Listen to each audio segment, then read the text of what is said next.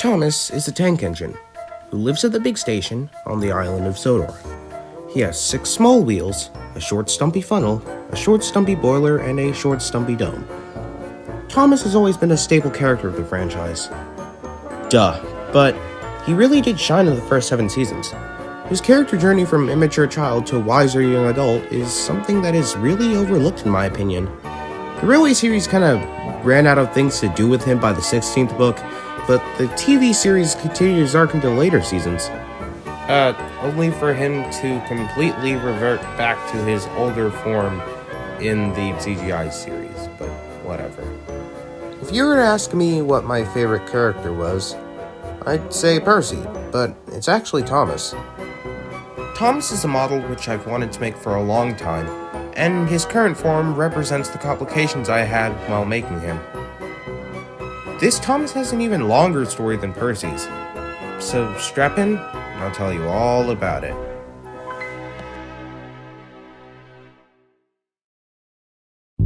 Thomas started out his life as a short E2, built as yet another revise to the original design. He had little relation to his siblings for the most part, but he was close with his builder.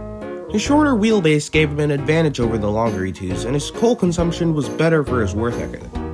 The inspectors, however, were unimpressed and saw little need to make more, so Southern Railway sold Thomas to Sir Topham Hatt for cheap.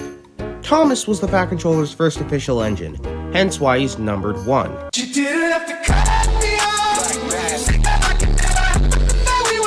He helped to build the railway until it was finished. He then piloted at Knapford and yada yada yada, you know the rest. Come on, it's Thomas! My first attempt at a Thomas was way before my channel was created. My dad got me some paint markers because, let's face it, his child could not handle brush or spray paints. I didn't do that much. I just gave him half a brass dome, a copper cap, and some red trimming around his bunker. Pretty bad. This is how he stayed for a while. Then I started my YouTube channel, a couple years later. I painted his running board black. Ew. So then I completely repainted and relined him. I mixed blue paint for him, which was way too light. And for the lining I used masking tape. No, I didn't mask off the boiler and then paint red on it. I put marker on the masking tape, cut it up, and used that as lining. No. Then I printed out number plates for this. I made his model in Tinkercad, and holy crap, this took a while. So many files that this guy exists on my laptop, it's actually insane. Okay, so the person who printed Percy was just straight up unavailable, so I needed to find a new person.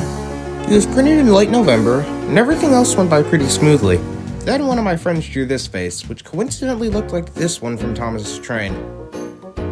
I just thought it was funny. Time for priming. I used black primer this time. This one. The priming and painting process was exactly the same as Percy. Small clean coats of apple barrel paint. His running board was painted using dollar store paint, and holy moly, this is a mistake I am not making again. The red didn't really show up properly, but I just kept him as that. So I made some decals for him and painted around him very carefully. Along with that small Percy I had last time, I also got a small Thomas, which I once again stole the face from to use for this one. I used matte Mod Podge on the face this time because, Percy, yeah. So, I did the rest of his body and he was done. I ran out of white paint for his running board, so I just kept it as black for a while. Then I, once again, got paint markers and, oh boy, looking fresh. Thomas is a model I'm very proud of. He doesn't look exactly how I envisioned him, but that's okay for the most part.